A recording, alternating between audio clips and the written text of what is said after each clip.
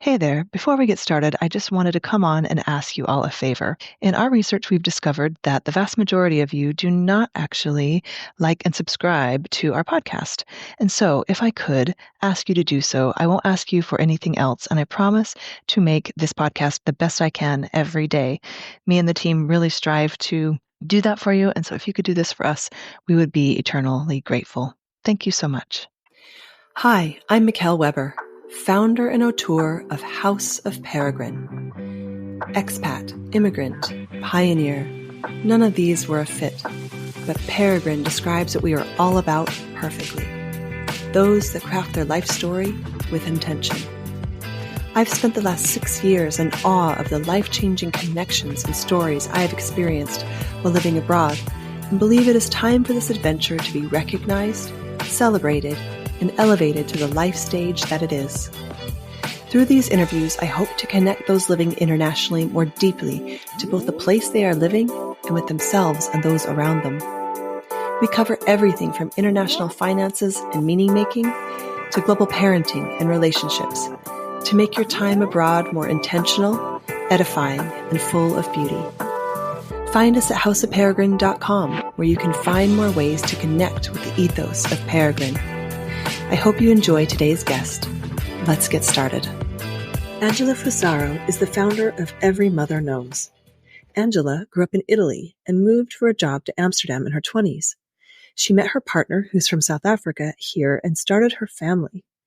Once it was time to return to work after the baby, Angela noticed that there was a major lack of support and community around the idea of mothers returning to work.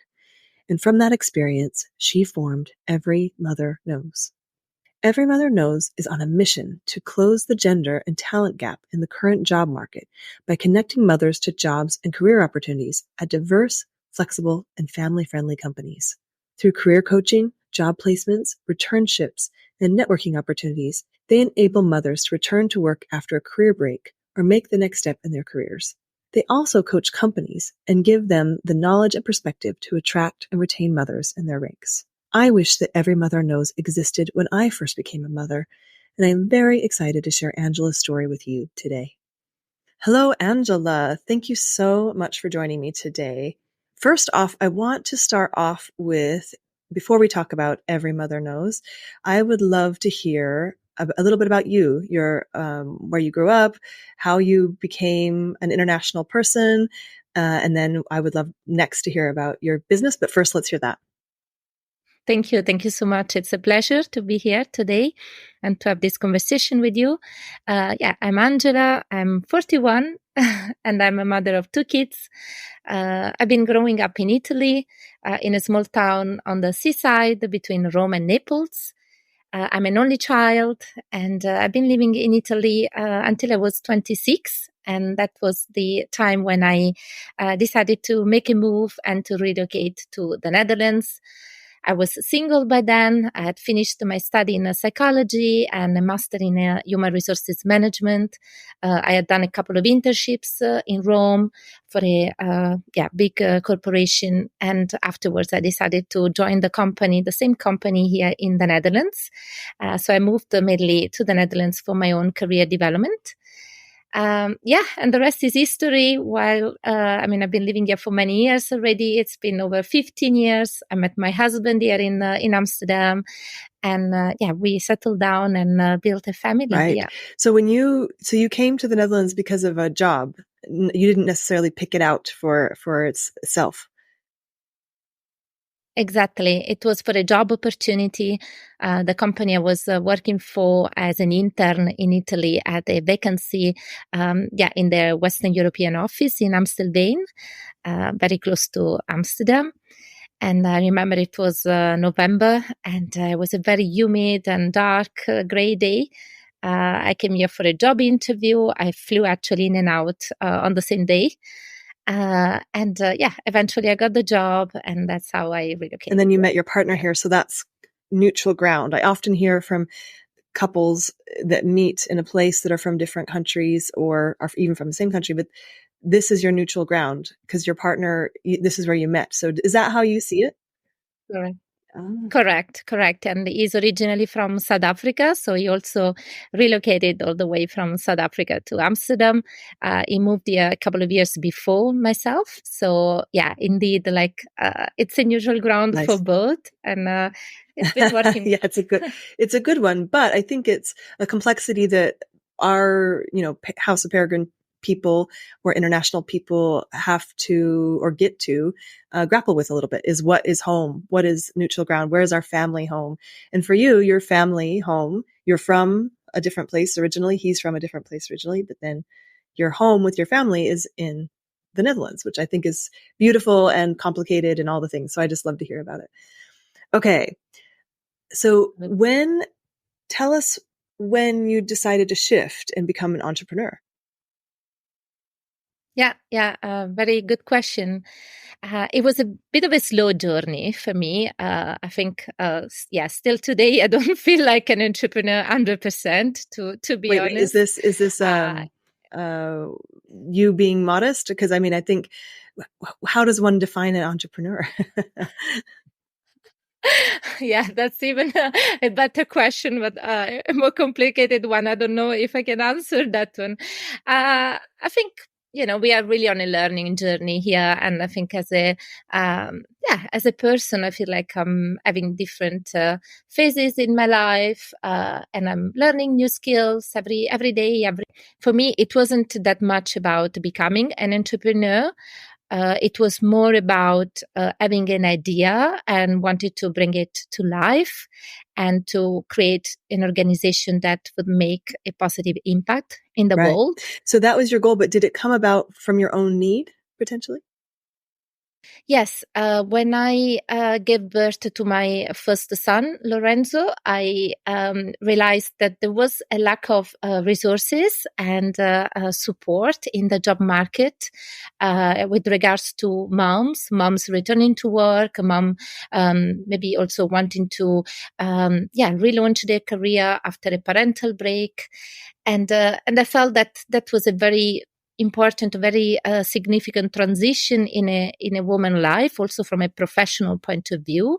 And I haven't really found a lot of resources to support that transition back then. And that's when the first seeds, started to be planted. And so I think I had the same thing. I thought, every other milestone I had in my life, some sort of product, service, or something sprung up to say, oh, like when I had a baby, suddenly I got diaper ads, it's like the world advertising, everything kind of came around when I started my period. As in a woman's life, there's always these things, it seems like, that spring up to provide context or support, or for better or worse. But in this case, maybe what I'm saying is, this is what I felt, was there was no guidance. It was like a lack of, like a void of, it's like it wasn't happening or something. And I was the only one it was happening to. And so it was very lonely. Is that also maybe your experience? Yes. And go ahead. Yes, it resonates. Absolutely. I think that, there is also that expectation that if your employee gets a child, she will eventually return back to work after 3 or 6 months.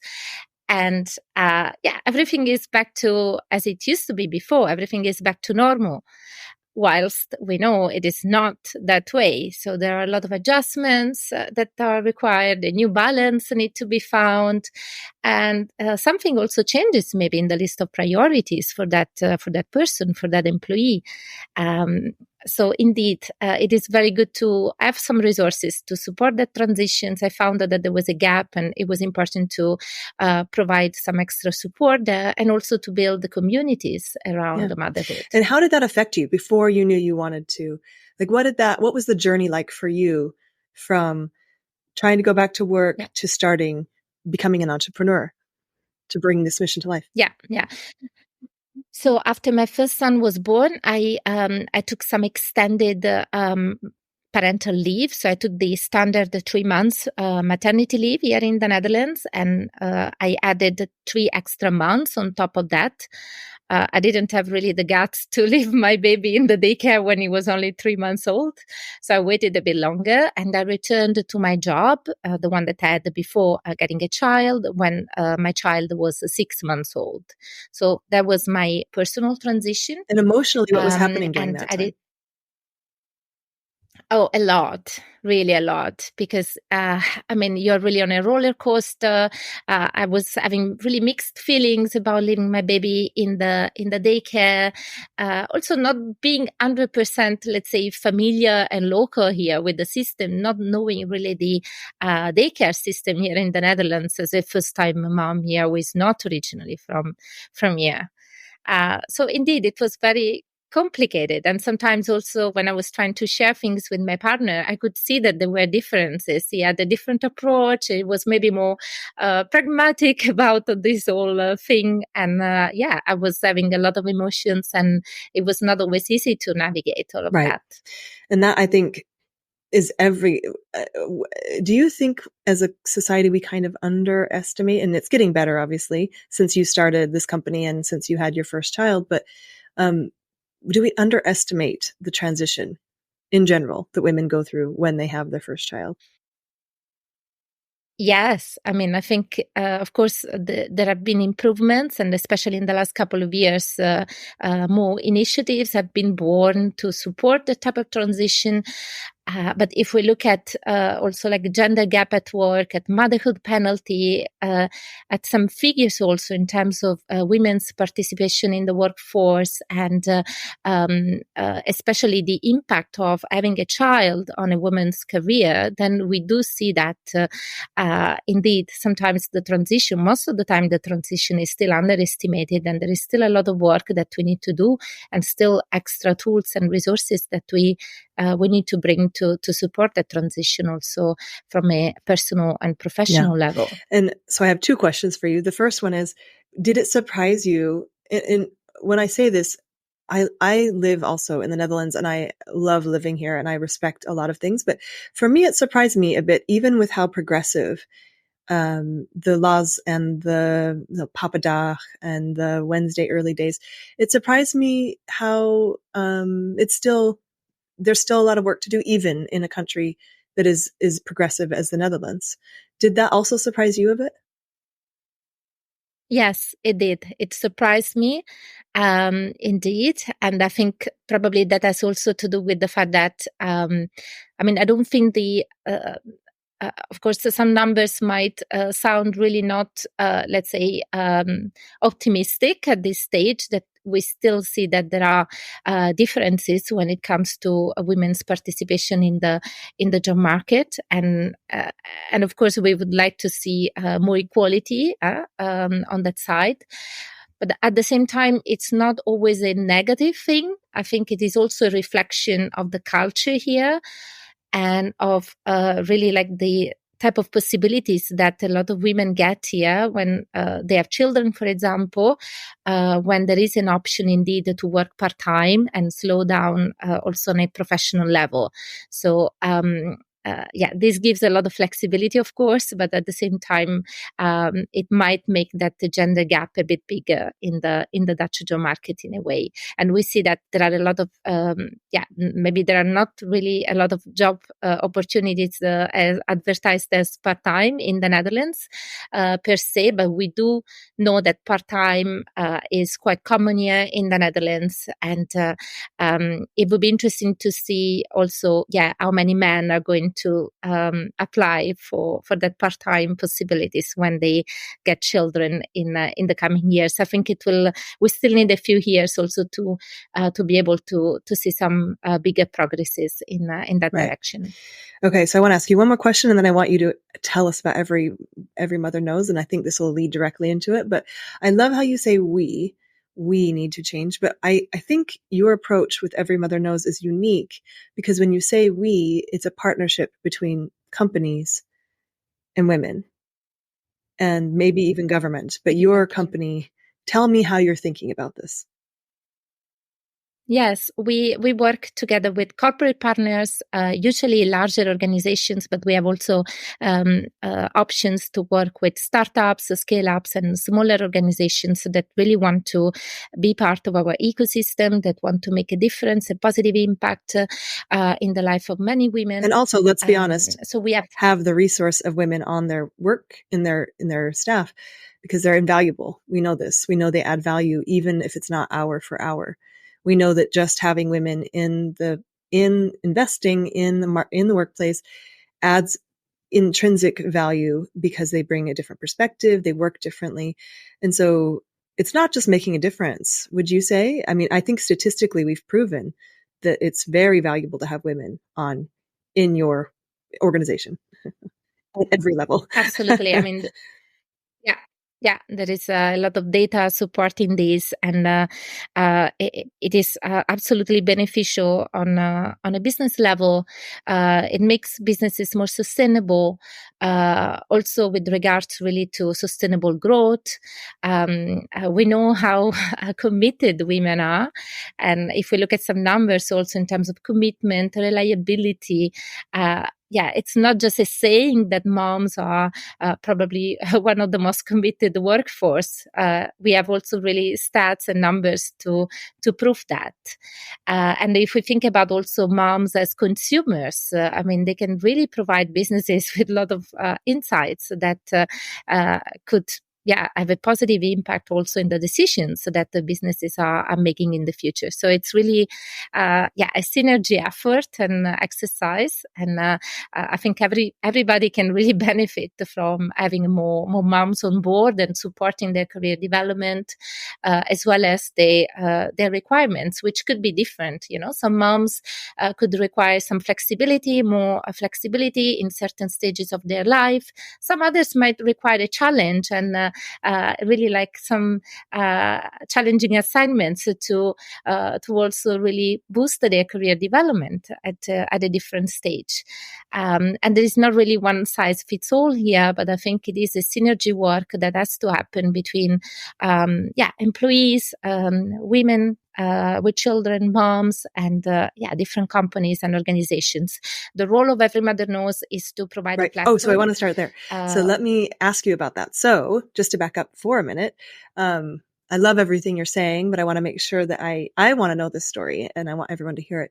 So once you must have had an inkling, and it was something you needed yourself and saw like something massively missing in the market and the experience of working parents and mothers. How did you come up with the name Every Mother Knows? Because I think it's beautiful. Thank you. Yes, I was feeling less confident as I became a mom. I started all of a sudden to doubt my skills, my knowledge, because motherhood is really a kind of roller coaster. And especially being a first-time mom, I felt like my world went really upside down. And I lost control of my career goals and ambitions and developments. And when I started to doubt my confidence, my skills, of course, and I shared this with other moms within my network, I also saw that I was not alone in this, that many other moms also had those challenges and those doubts and self-doubts about indeed themselves and their knowledge. And then I took just a step back, and I went back also to my new situation as a new mom, and I felt like, okay, we need a platform, we need a name that reminds those women, but also reminds employers and all the other parties that moms are women when they get pregnant, when they get a child, they are still very relevant, and actually they're even more relevant. And even if the beginning phase is a bit unsettling for many of us, in the long run, we know that there is so much knowledge that comes with motherhood, and new knowledge as well that those women acquired just because they also became mothers. So I wanted to create a platform that celebrates that knowledge, that reminds everybody, every mom, but everybody else, that there are a lot of knowledge and skills that women also develop during those first years and later years as well of motherhood, because it's really like a lifelong it's like getting journey. a master's degree in life. Like it's a major up level, and companies seeing that as a resource instead of a hindrance is a massive paradigm shift.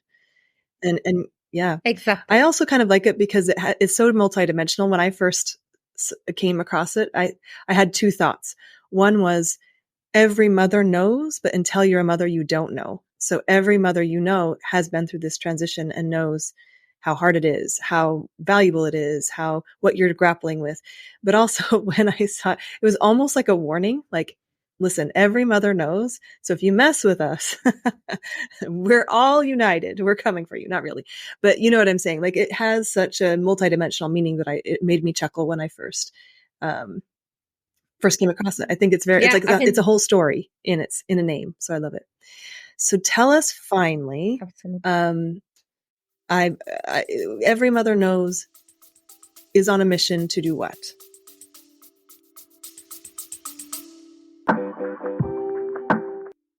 Did you know that House of Peregrine has an app?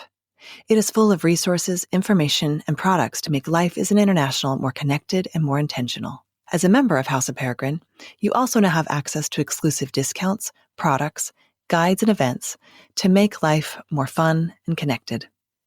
Simply download the app at houseofperegrine.com and save it to your home screen. Okay, back to the show. Yeah, we are on a mission to tackle the motherhood penalty and to really unlock career opportunities for mothers in the workplace. We are on a mission to connect moms to different employers. So we started here in the Netherlands, and we have plans to expand also throughout Europe.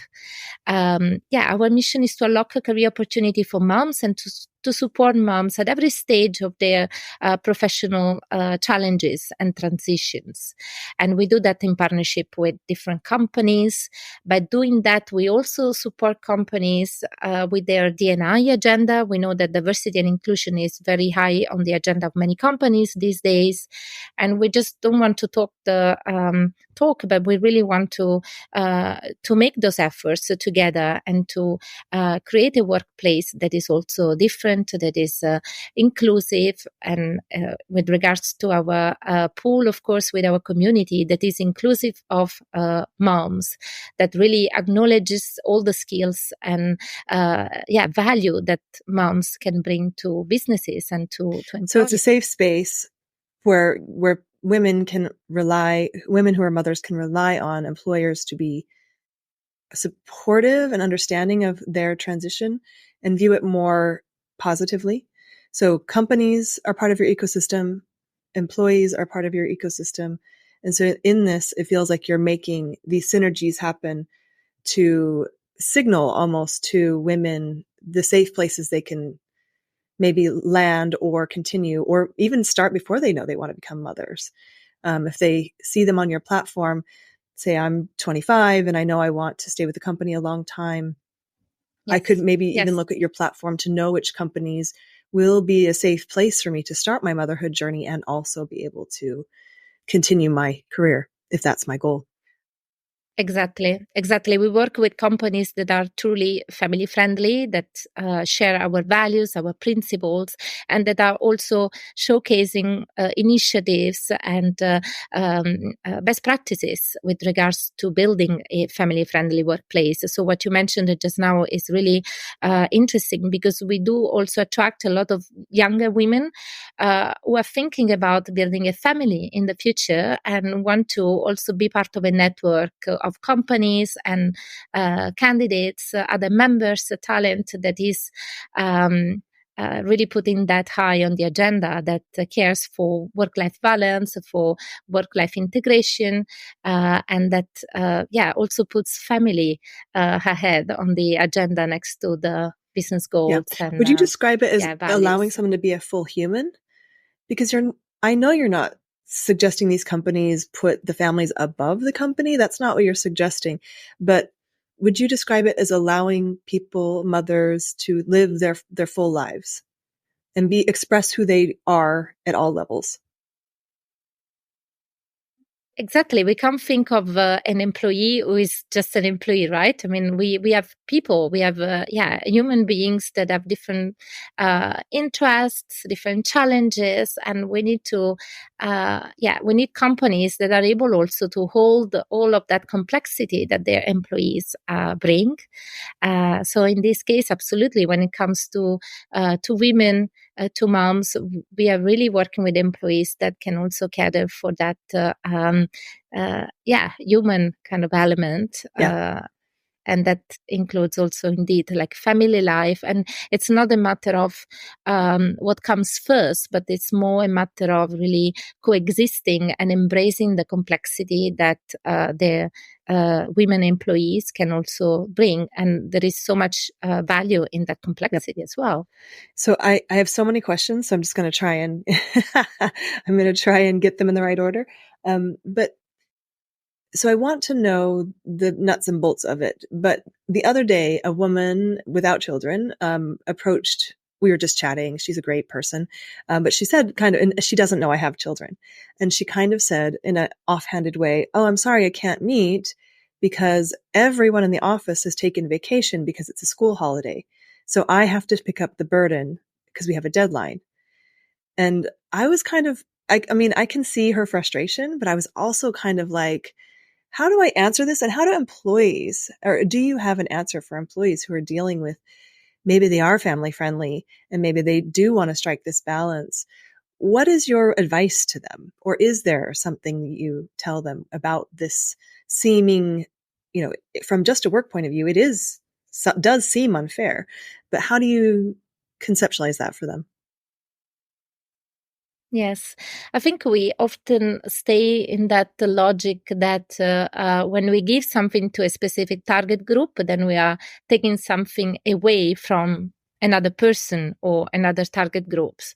And I think if we continue with that type of logic, we would not really create the inclusive and equal workplace or world that we we want to develop, that we want to build. So the way I would approach it, and the way we approach it normally with companies, is to see indeed what are the different communities within your workforce? What are the different target groups that you have? Maybe you have like different generations groups, or different groups of parents, for example, or women without children, single women.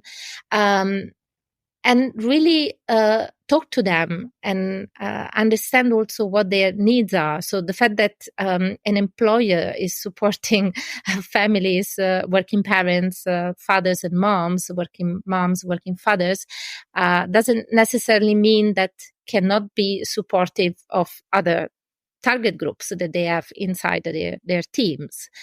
And at the end, it's a matter of acknowledging the different needs of your talent pool, of your workforce, and also bringing solutions that are more tailored to those needs, to those different needs, and bringing different initiatives, having also that diversity in terms of policies.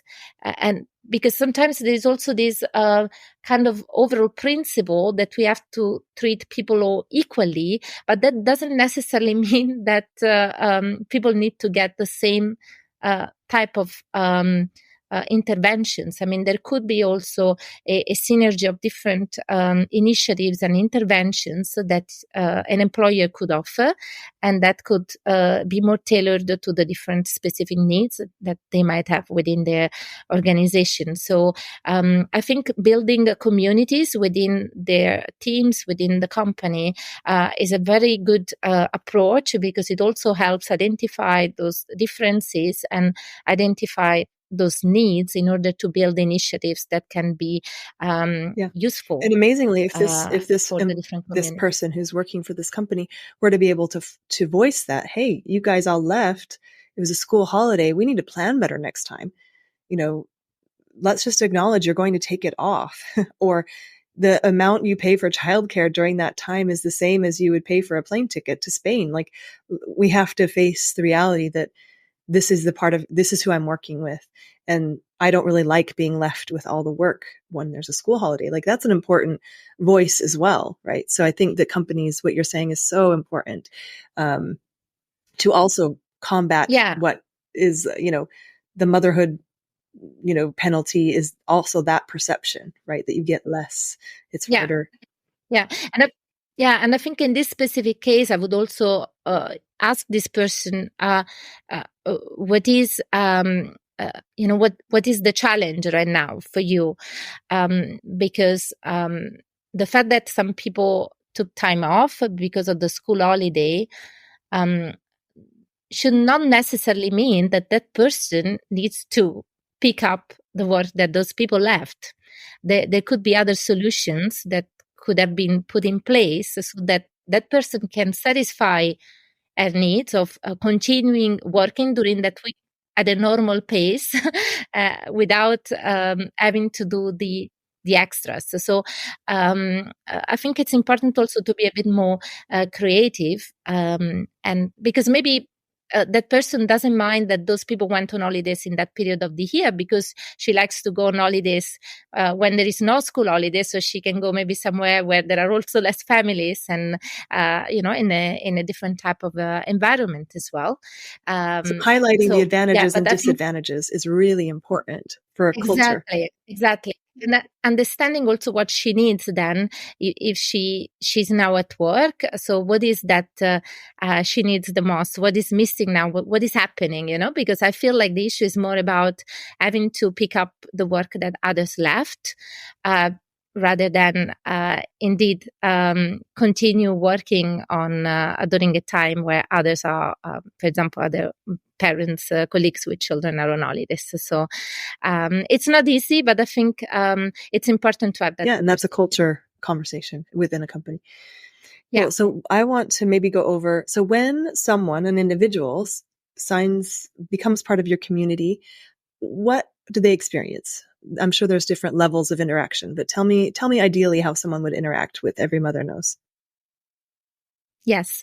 Usually they come to an online platform and they have the possibility to create a profile with us, indicate what they have in terms of experience, skills, knowledge. They can also make use of our tools like our CV writer tool to help them also with that storytelling. We notice that sometimes, especially for those moms who have taken a longer break from work, sometimes also finding the right CV template can be a bit challenging. So we also provide tools right now that are free of charge that will help those moms really accessing our platform and start also discovering the different features that we have.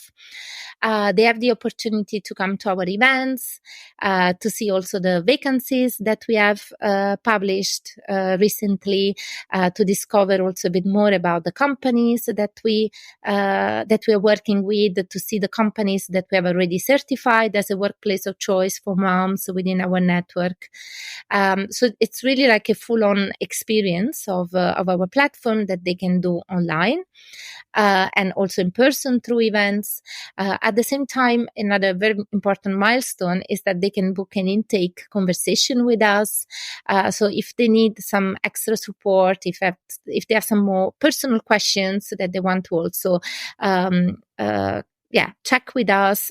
Some candidates, some moms also are looking for more guidance in terms of career coaching, some more support with their job search. Then they can also book those meetings through our platform.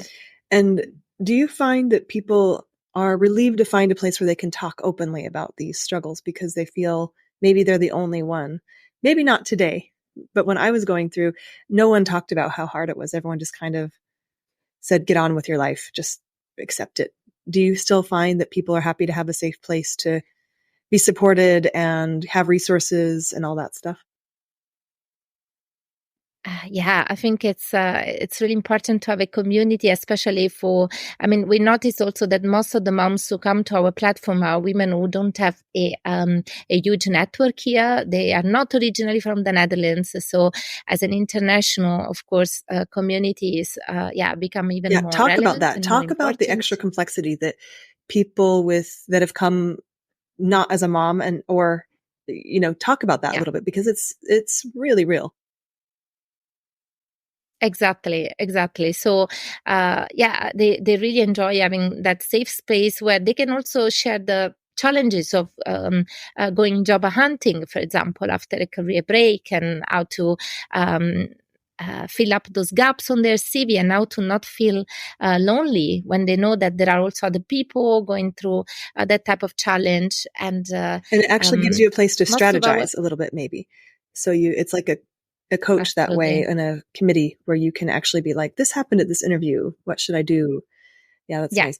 And for internationals, I really want to go back to this, because I think what you said touched on something that I feel very deeply in our community, is that being a parent or a mother is one maybe adjustment when you're going back to work, but being a parent and being from a different place, living internationally, it's another. And so tell me how that you've seen that play out. So no network kids, you're not the ideal candidate. Yeah.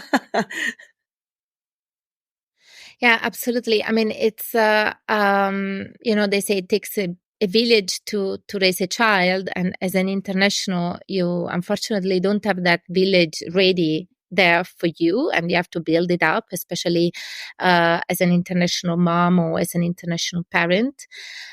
So it comes really with a lot of challenges, and you have to really make that extra efforts to get your support, to get extra support around you, to ask for help when needed.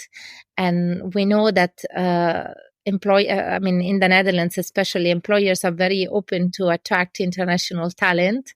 And when they also have talent that go through that transition, they also feel, we see that a lot also within our partners organizations, that they also feel responsible for that transition. So they also want to support the transition for their employees, and provide groups on Slack, or other employees resources groups, working with organizations like us, because the challenges are really different when you are an international family, and maybe even like both parents work, and sometimes even during COVID we have seen that companies also got quite creative in giving extra benefits like babysitting vouchers, partnering also with other nannies, babysitting platforms, because unfortunately, the international parents here, working parents, don't usually have a default network and village to rely on. So any extra support is really important. And is that a part of what you envision as well, of Every Mother Knows, is since you have a large international, do people often find connections that become their village as they're building their community in a place?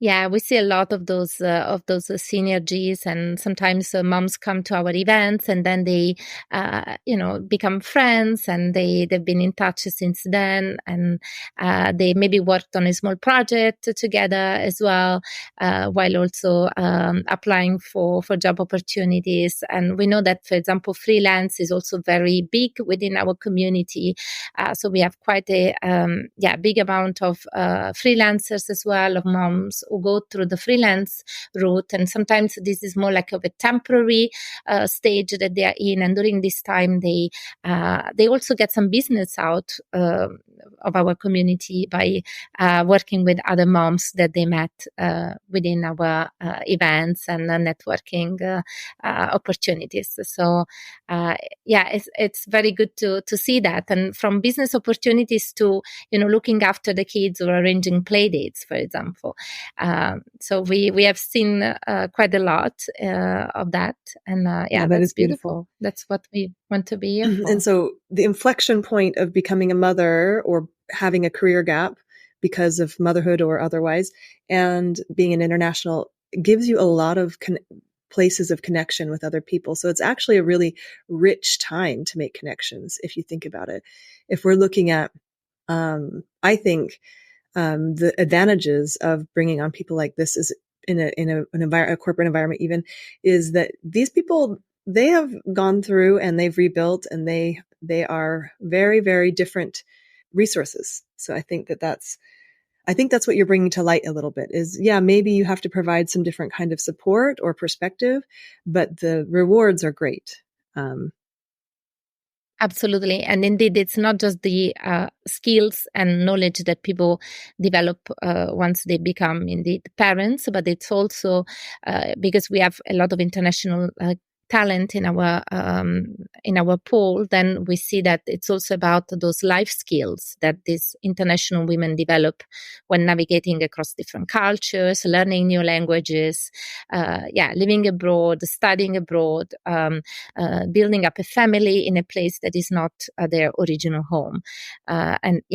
These skill sets really, come on top and bring a lot of transferable knowledge that benefits. And companies know this, but do you find yourself find yourself giving this perspective to women when they come to your community first?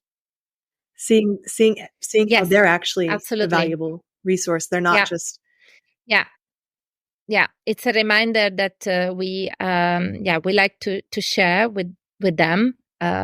Because obviously they feel like that they miss a network here, or they don't speak the language yet. They see a lot of walls and challenges ahead of them. And the known, societal messages that you're no longer relevant is a big one. And so do you find, I think that could be really gratifying to actually bring that perspective to women. Do you see that as part of the mission? I think you do. Yes, it's something we do all the time. And we see very talented women with PhDs, winning experience from the past, many years of experience, a lot of skills that really feel at loss when they land here, maybe after a relocation, a longer career break. And they need somebody to remind them of their value, of their skills. And the fact that their career has been on pause for a few years doesn't necessarily mean that they lost touch with their previous skills. And actually, they've also added other life skills on top that are valuable, super valuable for any business, for any workplace, but also for the society as a whole. I think we also want to go a bit beyond the kind of career and professional ladder here, and having that focus also on the on the mental health for women and moms, and making sure that they that they feel confident about themselves and their skills. And we notice that if they feel more positive and more confident about themselves, all the rest really falls into place more organically.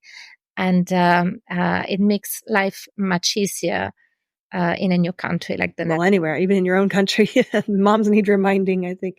At least, again, my motherhood journey started 12 years ago, and times are changing, and especially with companies like yours. But I got the message that I was no longer relevant. And that is a really hard thing to overcome. So I love that you're including that as part of your offering. I want to briefly touch on, and then we can move on. I've also seen, and maybe you can comment on this, stay-at-home dads with career gaps. When a lot of my network is actually the international crowd of women who families who have come with children, but their partner has decided to stay at home. Do you have any population for that? Because they have unique struggles, these mothers, and the dads, of course, and your company is about mothers, but like these mothers also feel lonely and maybe like they don't have the right, or, no one kind of knows their struggles. Have you had any part of your community that is working mothers with stay-at-home partners? Yes, so we do have that. And we have also supported some staying-at-home fathers eventually to also relaunch their careers and restart working after a parental break. So we see that in the market. We notice that, of course, it is still a minority, obviously, and also the challenges are slightly different in that case. Also for fathers to restart working. But indeed, what you mentioned, I mean, for the other partner, then for the moms who are working full time, it is challenging because they feel this whole burden of being the main breadwinner, and also they want to also have time for their kids and for their relationship, for their family. So in that case, it's really about how to juggle, how to balance those different needs. And especially when you come from two full-time working people, maybe with a nanny or grandfather or grandmother in your own country, helping with the children, to the dynamic changing to one working mother, you're there on their visa, and then the father stays home. That's a massive, massive change in the dynamic in their relationship, their family, their income, their everything. Like, it's just that nothing is left untouched. And so I feel like that's I don't know, it's lucky. I mean, I'm glad we're having this newish population, but I think that it's really good to know that you cover every part of what women know. I think that's really beautiful. Okay, so if I'm a woman, or if I'm a company that it comes to every mother knows for resources, for help, for what does that look like? Yes. Well, we have different services with regards to corporate partners. We offer a platform where they can share their vacancies with us. So usually we work with partners who really want to diversify their talent pool, who want to reach out to other talent communities, and when they come to us, they can register as corporate partners, users on our platform, and start sharing their job opportunities with our community, which means that by doing that, they will start receiving also applications from a specific, a quite niche talent pool that we have. We also help companies implement returnship programs. We know that returnships is still not very popular here in the Netherlands, and we see that companies need a lot of guidance. Explain returnships to anyone who doesn't know. Yes, it's a return to work program for mid-career professionals and companies that are looking to reintegrate people who have taken a break back into the workforce. So they are looking for a different talent pool. In particular, they are committed also to help with the transition back to work for mid-career professionals. Usually they are for a specific period of time. It can be between 6 months to 1 year. In some cases, a returnship can be for a shorter period of time than 6 months, but we have seen that 6 months is the minimum time frame overall in the market. And these returnships are normally paid, not like an internship. Yeah. Okay. Yes. No, these are paid positions.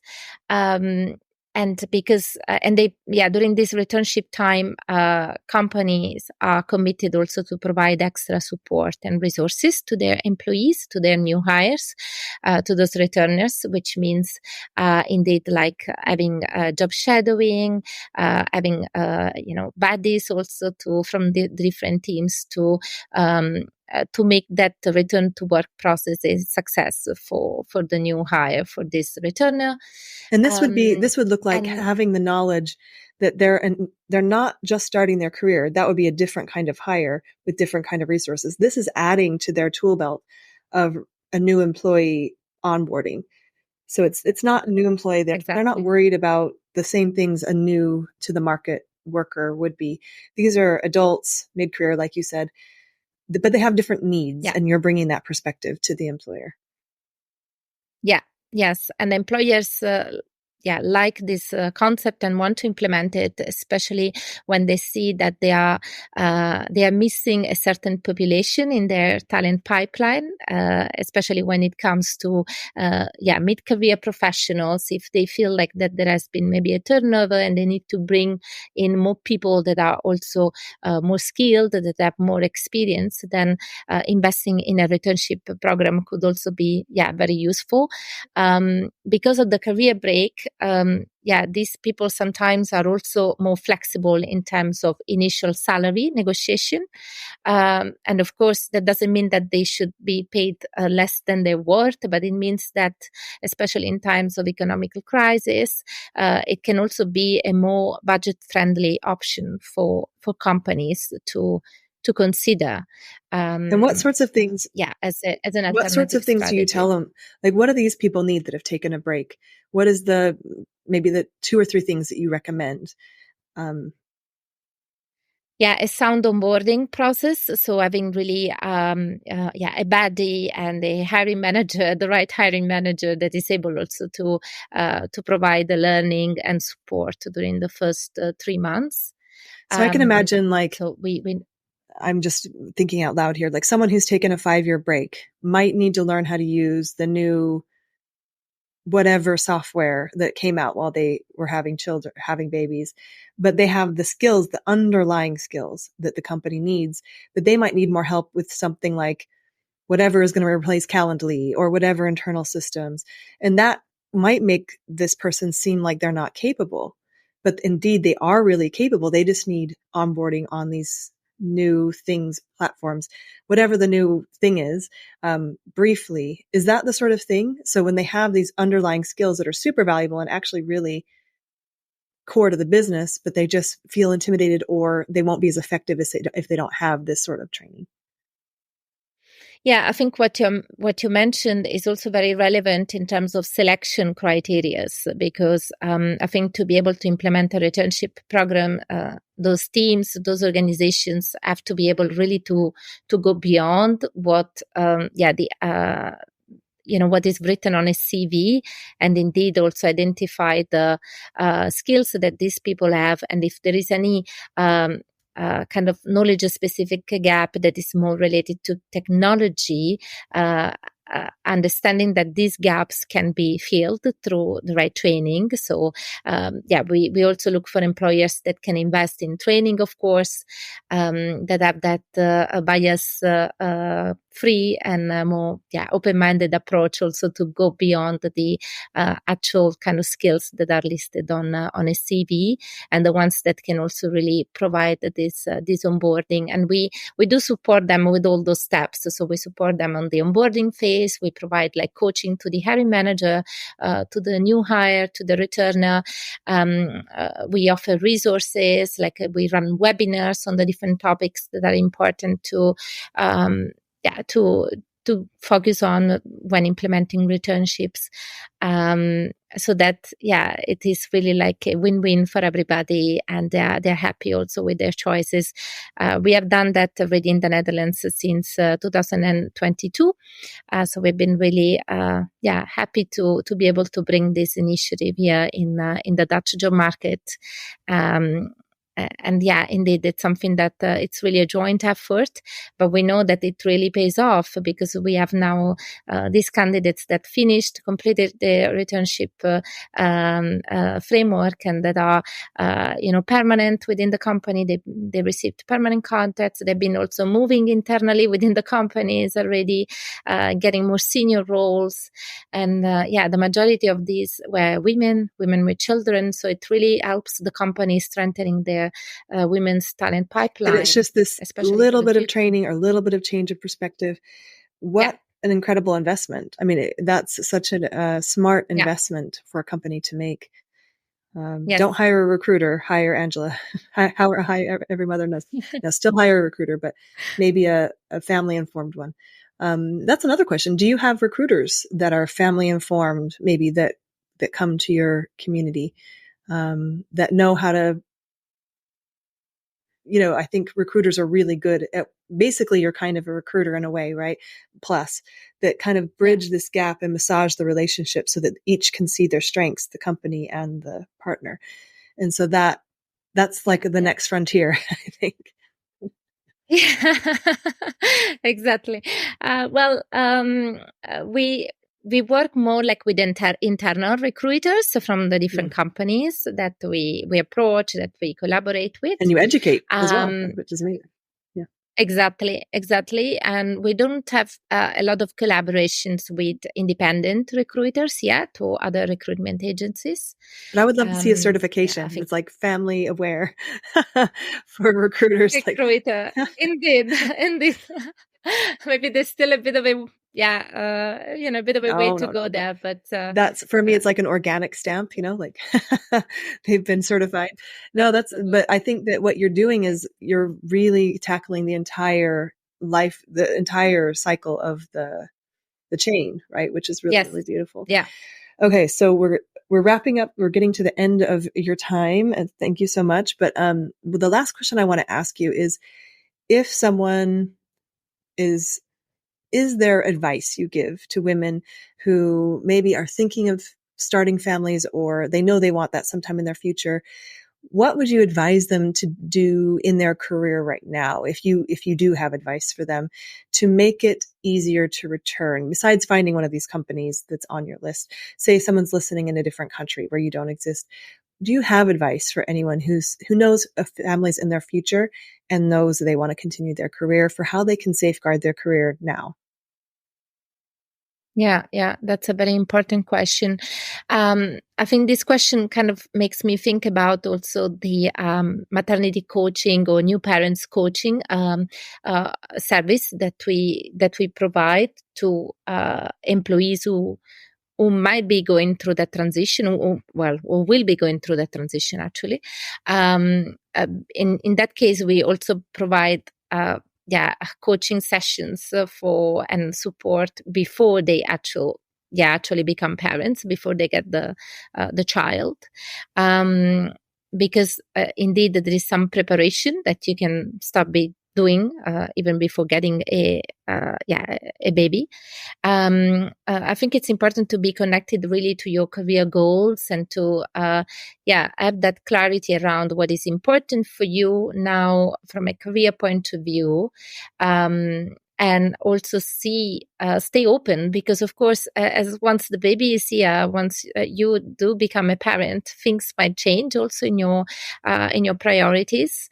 But I think having that career plan and vision will be important, next to being part of a company that also provides the right support. And keeping an open mind, I would say, also for the future, because indeed, careers can also take different turns once the transition into parenthood happens. But I think also working indeed more on your career goals and career vision, and to stay connected also to your strengths, to what is important for you also from a professional point of view. So having a career plan is a lot like having a birth plan. Like, it can change at any moment, but knowing what you want is really important as part of the process. I remember when I was having babies, they'd be like, you have a birth plan. That's good, but be open to change. It sounds exactly what you're talking about. Yes, indeed. Yeah. No, but it's true. And the advice I would give, honestly, is value every part of what you're doing. And so your career is important, but also what you're helping people realize is what they're doing with their family is also valuable and important to the world, to their employer, to themselves. And so not losing sight of both of those things, I think, gives a lot of power. It's something I wish I would have known. Yes, I mean, the financial impact of our work at home is huge, and running a household and contributing to, not contributing, raising those new generations. It is not something abstract or vague. It's something really tangible, and it has a financial impact and creates financial wealth as well. So it's important. Indeed, it's a very good reminder to acknowledge that value and that impact. On that note, thank you so much, Angela. I really, really appreciate you talking to us and bringing all the perspective you have from your years as founding this beautiful company. And I look forward to sharing it with our audience. What's the best way for people to connect with Every Mother Knows? Yes, they can go on our website, everymotherknows.org. And if they are from a company, they can access our portal as employer. Whilst if it is about individuals, women with children or new moms or women or fathers, everybody wants to connect with us. So they can also check our page for individuals to explore all the different options that are available there. They can also book a free intake with us. So if they want to connect on a more personal level, there's always an option to jump on a call and to start a conversation. So your website is the best place. And if people aren't in the Netherlands, can companies still reach out to you? Can you still help companies that are not in the Netherlands? Absolutely, we can, because as I mentioned, we have plans to expand more and to grow more internationally, starting within Europe. And we do have also a talent pool candidates, a talent presence in different countries. Because our workforce, our talent pool is very international. Some of our candidates also move back to their home countries or they move to another place. So this is not talent that we lose, but they are still connected with us, and they're also open to new job opportunities in the new countries that they are in. So we are also able to support employers that are based in other countries outside the Netherlands. And that's also the beauty of our talent pool and organization. Another advantage of having an international talent pool. No, great. We'll share it all in the show notes. And again, thank you so much for your time, Angela. I really appreciate it. Thank you. It was a pleasure. Okay, that's it for today. I hope you've enjoyed our show. For the latest insights on living internationally, join us at houseofperegrine.com to find out how you can connect with our community. Let's craft our life story with intention together.